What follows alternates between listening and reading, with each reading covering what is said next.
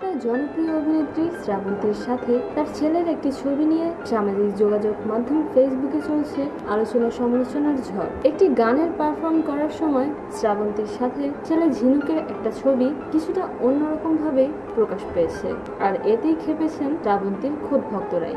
বলছেন মা ছেলের এরকম ছবি মেনে নেওয়া যায় না কিছুতে। ওদিকে শ্রাবন্তী এসব সমালোচনাকে একদমই পাত্তা দিচ্ছেন না, বরঞ্চ তিনি জানান ছেলের সাথে খুবই ফ্রেন্ডলি। তিনি ছেলের সাথে নাচাটাকেও তাই তিনি নর্মাল ভাবেই নিচ্ছেন। এদিকে শ্রাবন্তীর ভক্তরা বলছেন মা ছেলের মতো একটা মিষ্টি সম্পর্ককে শ্রাবন্তী একদম পচিয়ে ফেলছেন। তার এই সম্পর্কের প্রতি আরো বেশি যত্নবান হওয়া উচিত।